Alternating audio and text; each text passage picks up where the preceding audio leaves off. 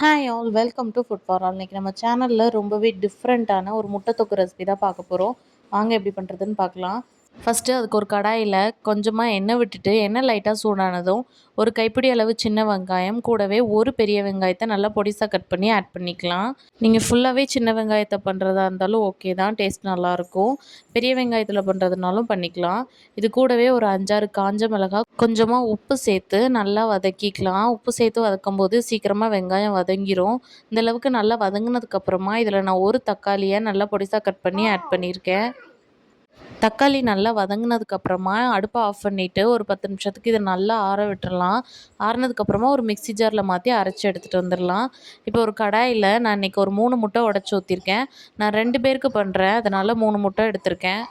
முட்டையை நல்லா ஸ்க்ராம்பிள் பண்ணி எடுத்துக்கலாம். ரொம்ப குட்டி பீஸாக இல்லாமல் கொஞ்சம் பெரிய பெரிய சங்க்ஸாக ஸ்க்ராம்பிள் பண்ணி எடுத்துக்கலாம். இப்போ அதே கடாயில் கொஞ்சமாக எண்ணெய் விட்டுட்டு கடுகு தாளிச்சிட்டு அதில் 1 ஸ்பூன் போல் இஞ்சி பூண்டு பேஸ்ட் போட்டு எண்ணெயிலே நல்லா வதக்கிக்கலாம்.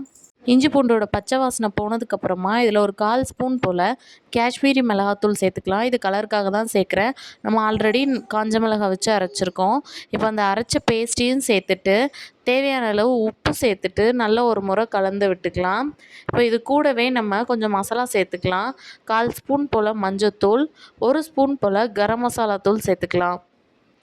இந்த முட்டை தொக்கு வந்துட்டு நல்லா கொதித்து வற்றி வரணும். வற்றி வந்ததுக்கப்புறமா தான் நம்ம முட்டையை சேர்க்க போகிறோம். இப்போ கரம் மசாலாலாம் சேர்த்துட்டு ஒரு 10 நிமிஷத்துக்கு மூடி போட்டு நல்லா எண்ணெய் பிரிஞ்சு வர வரைக்கும் வேக வச்சுக்கலாம்.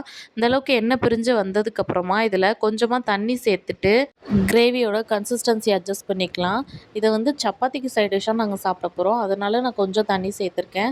இதே நீங்கள் சாம்பார் சாதம், ரசம் சாதத்துக்கு கூட சாப்பிட போகிறீங்கன்னா நம்ம தொக்கு கொதித்து வந்து நல்லா வற்றி இருந்த ஸ்டேஜ்லேயே முட்டையை ஆட் பண்ணிவிட்டு மல்லி இலை தூவி இறக்கிடலாம்.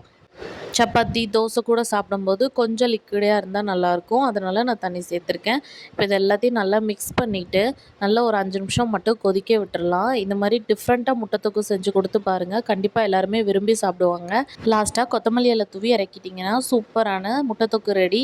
எப்படி இருக்குதுன்னு செஞ்சு பார்த்துட்டு மறக்காமல் கமெண்ட்ஸில் சொல்லுங்கள். நம்ம சேனலை மறக்காமல் சப்ஸ்கிரைப் பண்ணிக்கோங்க. உங்களை இன்னொரு வீடியோவில் பார்க்குறேன். அது வரைக்கும் பாய்.